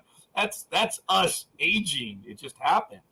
Well, if I was going to do the shuttlecraft exit scene over again, you would have noticed that was an aged John. And fortunately, we just pulled the need for having that scene. But he did that the next day. I mean, what they did, because I don't know a lot about Sherry, but she actually lives here in St. Petersburg somewhere. I've never met her all like that. So she probably had to travel up there. Overnight arrangements and stuff like that is very important in a production when people come from out of town. So they had to do it. It's like, they put the green screen down in John's basement, which was done plenty of times, and it worked. No one really noticed. No. I mean, you could. I mean, if you watch the scene, hey, something's off here, but I didn't care. We got it out. Steve, as I mentioned, perfect. I've seen all the episodes, and you saw it through. It worked. Look, you're not going to compare it to a Hollywood production because it's not fair. There's no money. And I know we're not a Hollywood production, and we were amateurs. I'm an amateur. I am certainly an amateur. Okay, maybe so. But again, you saw it through, and Star Trek is a project of love. Everything related to Star Trek. It is, man. And as a matter of fact, Randy has a question. What was your biggest accomplishment for Homecoming? And you may have mentioned that, and I apologize, but our audience is here now. We're still live. And what was your biggest disappointment, if any? Oh, you may have mentioned that, but we'll see. And I'm sorry if they're repeated. I don't think I really had any disappointments at all. Okay. Everything happened. Everything worked. No money. I keep harping on that. Sorry. But okay, that's cool. Because, right. You did see it through. So I guess your accomplishment, man. The accomplishment. Oh my God. Yeah, you've given. You finished it. Yeah. Finished it. But what is that? It's just finishing it for not having tried to do anything like that. My biggest accomplishment is getting Amy's song into the classical music form. I think is incorporating the third party song and bringing it in and making it a part of the theme throughout the entire episode, because you hear it all. You hear the Amy melody all throughout the entire episode. And then at the very end, you actually hear the actual song. That I can bring that in, incorporate that in, and make it a part of the episode. That count that as my biggest accomplishment is the Amy song. Disappointments. That is cool. There was no disappointments in the entire process. It I is never got angry. I never got frustrated. I never had any barriers that I couldn't either overcome or come up with a good workaround for. As a matter of fact, I received a personal note from someone right now. They're sorry that they joined late. Like, no, we're thankful that you're here, and I'm appreciating the questions. I did not publicly thank Eddie, who thank you for loving the show and was checking in from Chicago. Eddie, you're the only one that let us know where you're from. So thanks, Eddie. We know where Randy Landers is from. So, but everyone else who's sending me messages, folks, come on in, comment. We do appreciate that you're here on this. You know, Steve, there are a lot of fans to Starship Farragut. First and foremost, there are a lot of fans of Star Trek. And even though you were handed a product, I'm sure you felt that you are putting together your story, or at least maybe your theme on this, or your take. I put my 2 cents on it, but I didn't want to take away from the story. It's not my story. I didn't write it. I'm being entrusted to this, and making sure that I do the right thing, that I don't do whatever I want. Although I did do a few things that I wanted in here. Hell yeah. That is cool. Michael, have you ever heard of the composer or the musician being the director or the producer? Actually, maybe not the director, but the producer. Not usually, no. Yeah, that's really awesome, because you had final say in the music, both figuratively and literally, as the main guy there. That is so cool, man. Would you do it again? And avoid the music. Avoid the music. Production. Oh, you mean like be involved in producer, something yeah, from the beginning and plan it in advance and come up with the fundraiser and do it all? Yeah, I would do it again. I've been thinking about other things that. Well, I've already talked to John Broughton about one idea that I had, which was actually a James Bond movie. Which he's involved, which he likes. Right. Except it's not going to be James Bond. It's going to be like James Bond-esque. James Bond-esque. It's not going to be the Enterprise. It's going to be the Farragut. It's not going to be James Bond. It's going to be Jack something. I was thinking of making the character maybe even Jack Carter. Oh, wow. But I have to. I'm working on it. I'm working on what the character is going to be, and I'm coming up with a Bond. I'm in my spare time, which doesn't exist. I'm writing a script for a Bond, like a Bond. It's going to be in the Bond universe. It's going to be an MI6 agent. Wow. And, but just what you mentioned right now, Steve, I have to tell you, I was fortunate. I wrote 2 scripts in my youth. And when people found out that I was writing the stories that I did, everyone was throwing ideas at me. And, oh my goodness, wouldn't it be great if Spock meets Q? Those were their stories. And just, it was something where they would throw these things at me. I would tell them, okay, look, here's the deal. This is what you're giving me. You're giving me a window into the house. Would you give me a floor plan? And usually everyone would walk away when I would tell them that.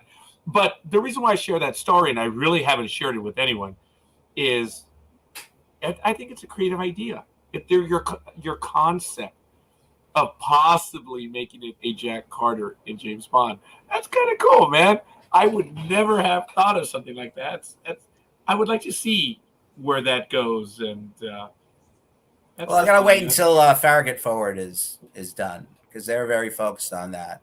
I don't want to take them away from what they're doing there. Are you a young man? No, just kidding.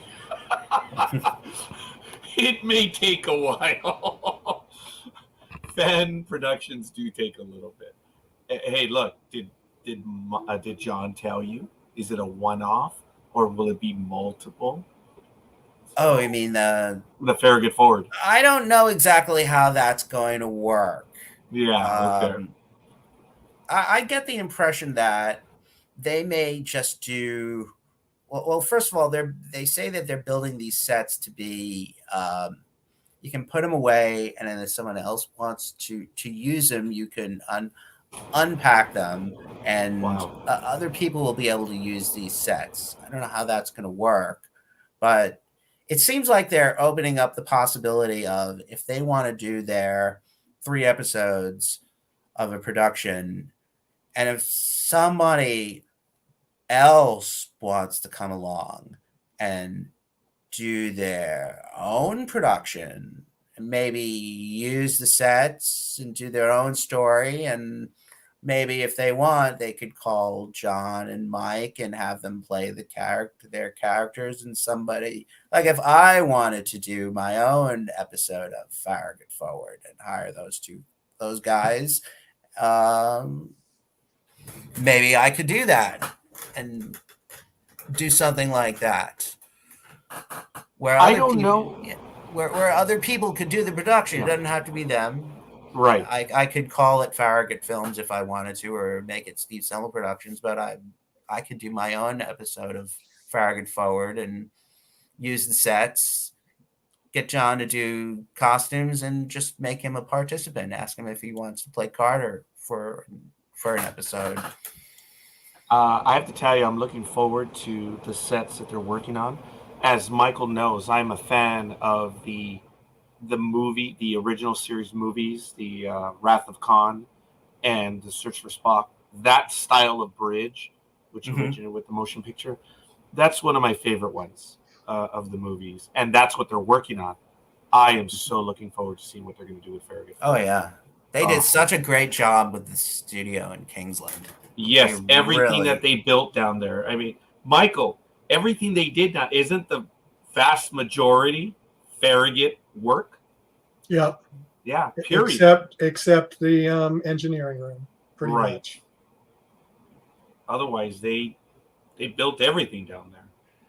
Yeah, they originated that facility. Yes. There may be a little bit of revisionist history going on, but the reality is it was Farragut Forward that take it back. Starship Farragut did all that stuff. And I was fortunate to go down there, and I did see the sets. Oh, here we go again. Anyway, Steve, you have a nice ship right behind you. Yes. That is the Farragut. So, dumb question. Is that the one that was used in the episode? Seriously. That is the Farragut, right? No, none of the graphics that Michael Struck created. The graphics, of course. Yeah. But I was under the impression that when you do graphics like this, that you take a model like this and you take a whole bunch of digital pictures of it from different angles. Take a picture from here, from here, from here, and you basically create this 3D model from the pictures. That's not what Struck did. He actually just designed the whole thing graphically from scratch. Oh, wow. Okay. So all right, that's good to know. I really thought that this was the physical model, and then they just added on like the nacelles and the lights and stuff like that. But John's new Farragut has plenty of lights. Oh. all that really works. The one that Bednar built him. Michael gave us a wonderful tease on a lot of the stuff that he's done and was working on. But he kept a bit quiet about the Farragut Forward stuff. He hinted about it, but he didn't show us. So that you mentioned earlier, both off camera and at the beginning of the episode, that is John's. This was John's original Farragut. Michael Bednar made this model for John. And I flew up there when he was giving away all his Farragut stuff. I said, I'll take the Farragut, the large model. So I flew up there, and he just gave me the shit. He said, "You've taken a lot of time taking a flight, renting a car. Why don't I just give it to you?" So that was nice, considering on the trip home I got a big speeding ticket. So Well, you were in warp drive, so yeah. I was traveling with a warp-driven Starship for the first time. I was really, really hyped that I could I could go warp 9, and then I was intercepted. They flew across. They cut across my bow, and I got an envoy in the area of the galaxy known as Mecklenburg County, Virginia. Oh, that's a fun county, yes. But it was the friendliest police officer I ever met. He's like, "Hey, slow down, you know." And he had the thing that I was worried about is that if I was pulled over, what are they going to say about this big box in my back, in the back of the car? And the officer didn't even notice it. There could have been a body in that big box. Wow, that's fun. Hey, well, he was just worried about your speed. He was worried about my speeding. He didn't even ask, "What's that big box in the back seat?" Is that why you're going so fast? You got to get somewhere? Yeah. I want to give a shout out to Frank Madrid. Thank you, Frank. I know he's actually international. Thank you, Frank. He is in Sonora, not Sonora, California, but the state of Sonora in Mexico. Thank you, Frank, for the like. That's on my personal page. Folks, once again, if you are on my personal page, we ask you to join us either on the ticker down at the bottom, twitchtv.tv/NDB Media, or on Facebook.com/NDB Media. And there we can see all of your comments. We can see it on YouTube as well. Thank you, Eddie. Actually, you commented on our YouTube page. And Casey, she was on our Twitch page. So we do appreciate the comments. So it is really cool. We've been told a wonderful story here, or it has been shared with us. A wonderful story by Steve. A lot of work, man. And it's nice to know that you would want to do it again. Some people, they get thrown into the deep end, and they're like, "Yeah, that's it. I'm done. Never again." I don't know if I well, like I said, to do it again, I would do a I'll preface it and say I would do a non-Star Trek fan film. I would. Fair enough. But I would want to do this. This is something that, I mean, if I had a choice of switching careers from doing software engineering to producing films, if I could do that and just have a guarantee of the salary that I make right now in my current job, I would do it. But it doesn't work that way. No. Yeah, that's exactly what Michael says too. Michael, any comments, questions? I know I'm pushing. Well, it's. I've known you for 2 years, and we've never talked before until now. He mentioned that he did, which is kind of neat. A lot of people have met. Steve. Okay, I cut you off, Michael. When you mentioned Space 1999, we've done interviews with the original cast of Space 1999 on our Blog Talk Radio channel. Barbara Bain, Nick Tate. I think that Nick Tate has been on with us, twice. And, of course, I'm forgetting her name right now. Catherine Maya. Schell. Yes, Catherine Schell. Oh, my gosh, she was wonderful. And before she passed away, Xenia Martin, I believe it is. Martin, yeah. Martin, yes. Sandra Bennis. Yes. We interviewed Sandra, right. Sandra Bennis. She's passed away, but we interviewed them when we were doing this only on digital radio. But I noticed you said Space 1999. So you're a fan of that, are you not? Oh, yeah. Wow. Okay. Fan of Space 1999, fan of UFO, fan of Journey to the Far Side of the Sun. Battlestar Galactica, maybe? Both Battlestar Galacticas, the new one and the old one. Yes. Wow. Good stuff. They did a great job on the remake of that. I really like the new Battlestar Galactica. Oh, yeah. It's much more serious and realistic than the older one. Yeah, the different time.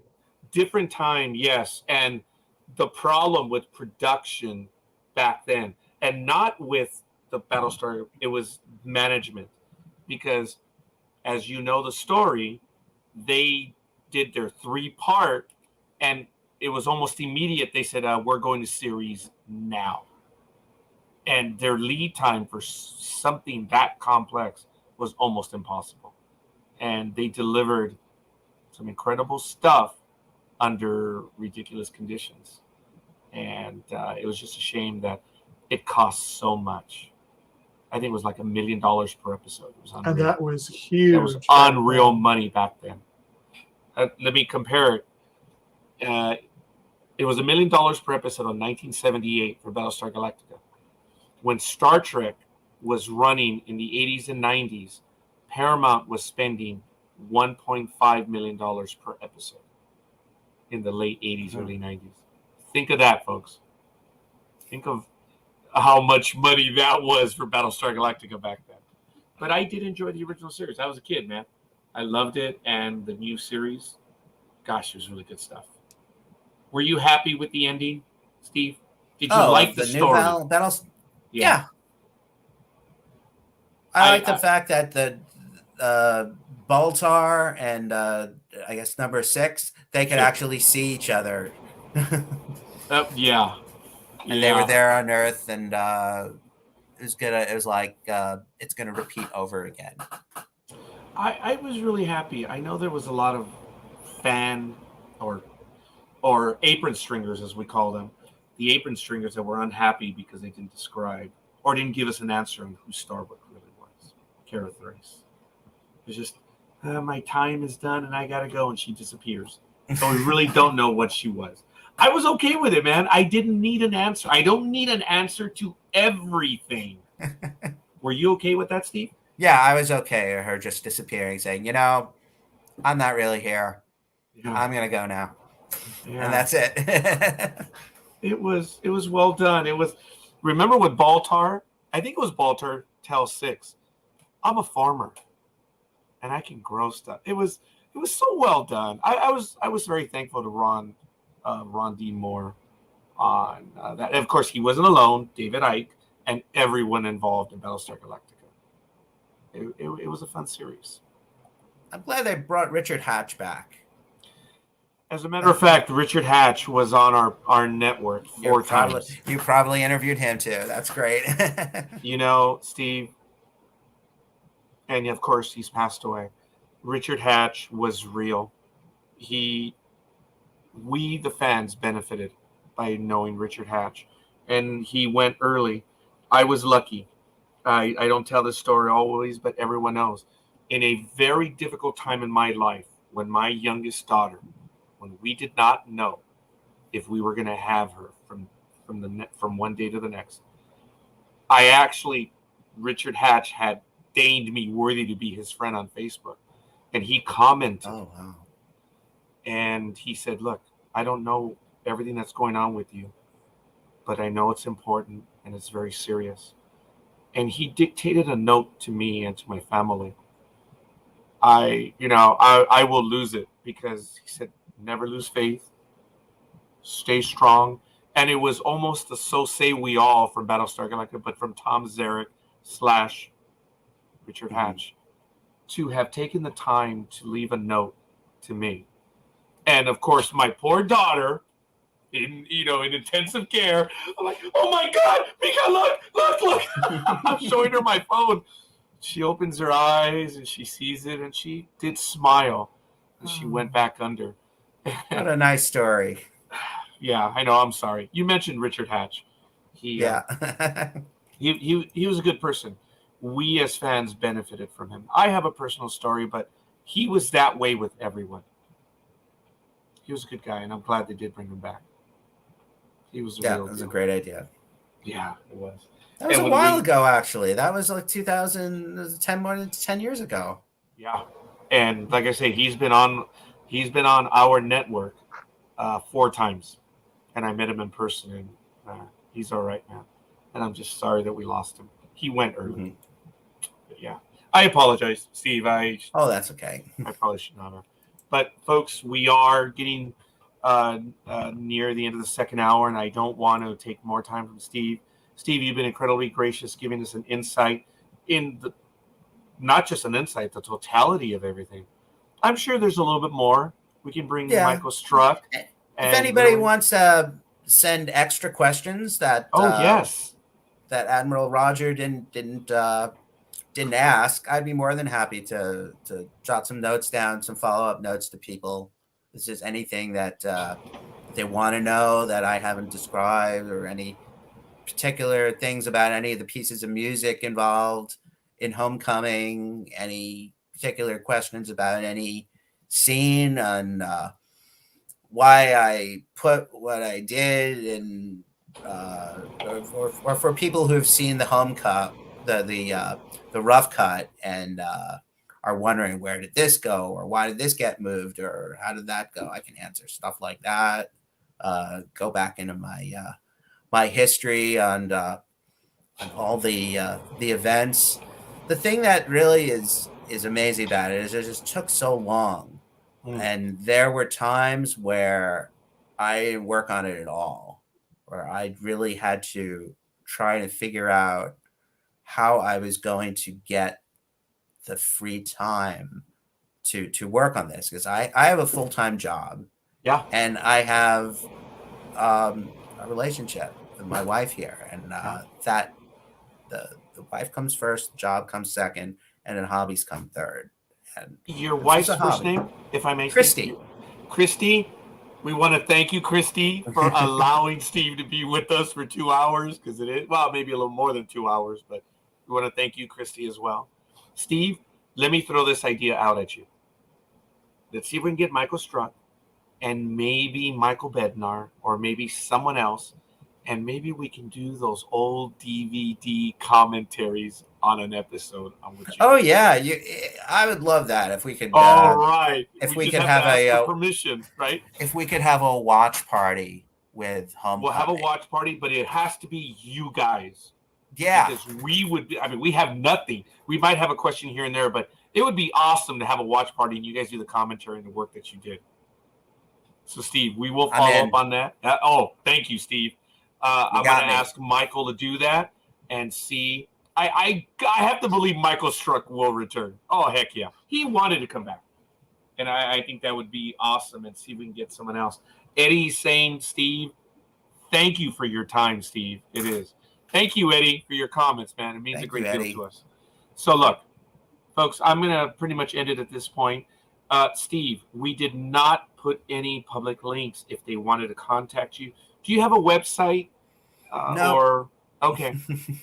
All right. So then what we're going to do, folks, is if there are any additional questions here in the chat form, we're going to get them over to Steve, or we're going to really go for the watch party. This would be awesome. I would really love to have a watch party. I think we could make that one happen.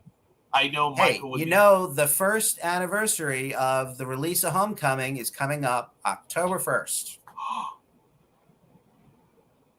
And that is a Saturday. Hey, you never know. All right, Steve, I thank you for that. That sounds great. Okay, folks, there it is. I'm sure there was another question or two. I'm going to send them over to Steve. I didn't even ask him what Star Trek means to him and stuff like that, but I want to be respectful to his time, and I think we'll do that. We still got time here. We got like a minute to go. Okay, Steve. Obviously, you get to play in the pin, man. I was brought up in Star Trek. I just loved it from my parents. I really liked the movies, and then when Next Generation came out, I was so disappointed, and it was so terrible. Wesley Crusher is the worst possible character you could have brought into a Star Trek series. That was awful. And Deanna Troi is the first 2 seasons of Star Trek. She just like talked or said something. I would just like, shut up, go away. Somebody just kill you off, please. Were you a fan of Picard? I have not watched series. No, I haven't watched Captain Picard from the Next Generation. Oh, it was it was awful. It was like Captain Stubing of the Love Boat. The whole Next Generation show is like the Love Boat. It was awful. It was terrible writing. The the script, it was terrible acting. It was It compared just- to The Love Boat. Yeah, Wow. they All right. just did an awful job on that. I was so disappointed with the whole series. I was much happier with Deep Space Nine. Yeah. Did you because they- see the series through on Deep Yeah. Space Nine?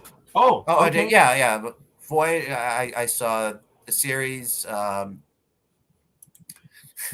Next Generation, Deep Space Nine, and Voyager. Voyager, you think that it couldn't get worse than the Next Generation, and then Voyager was just totally sucked, and the writing was just so stupid. And I thought that Janeway was just a terrible captain.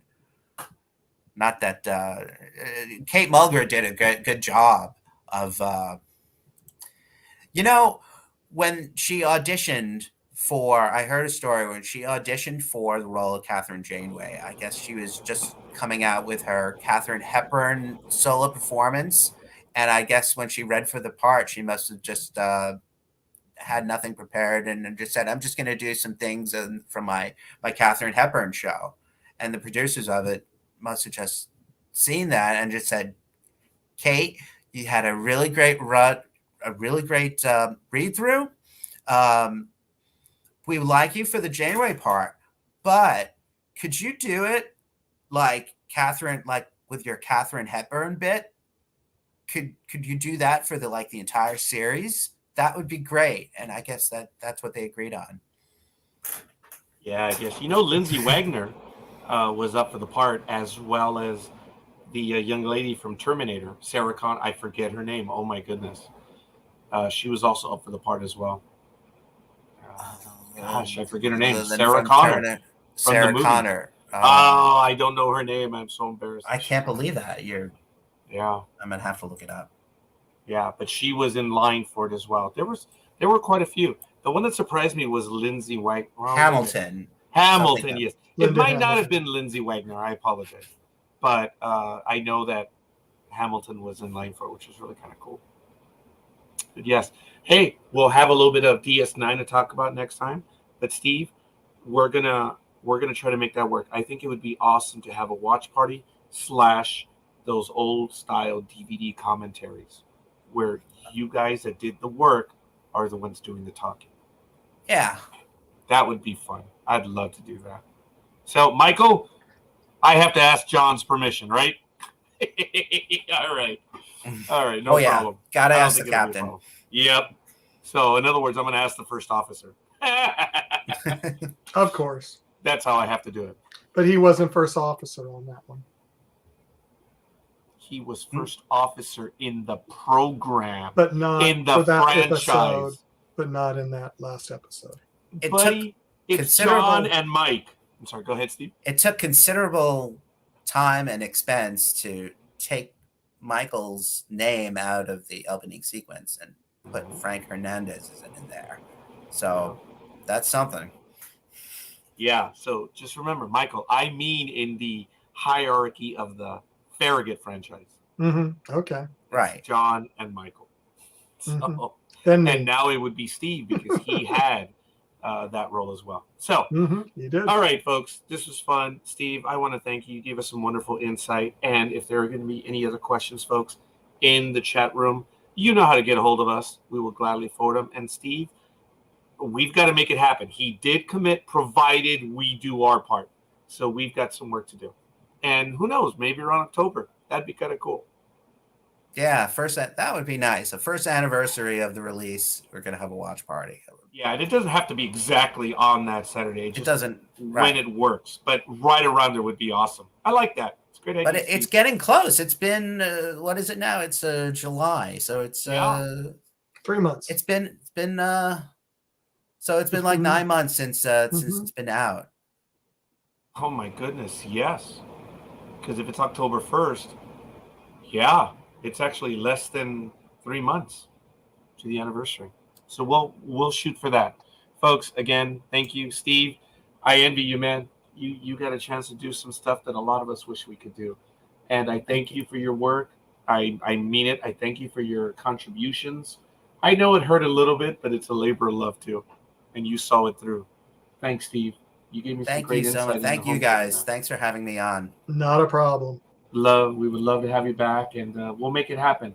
And anytime you would like to, we don't have to ask. If you want to just join us and just shoot the breeze, talk DS9 or whatever, or make fun of the other Star Trek programs, we might consider it.